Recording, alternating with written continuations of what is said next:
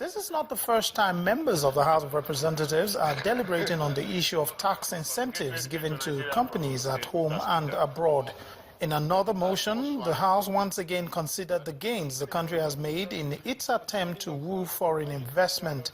The sponsor of the motion said that there is little evidence that these tax incentives have increased investments. The House is concerned that Nigeria is foregoing about $2.9 billion a year in form of tax incentives, which are being used as a substitute for policies that could genuinely attract more and better investments, such as ensuring good quality infrastructures, reducing the administrative cost of setting up and running businesses, and promoting predictable microeconomic policies. The majority leader of the House suggests that the resolution to investigate these tax waivers should not be limited to foreign investors alone.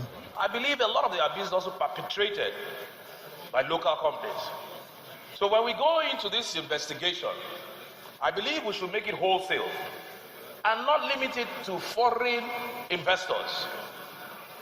This investigation should cover both manufacturers, importers, and the foreign investors. Other lawmakers agree that the policy on tax incentives has made little or no positive impact on the nation's economy. We cannot legislate. We cannot legislate by way of emotion.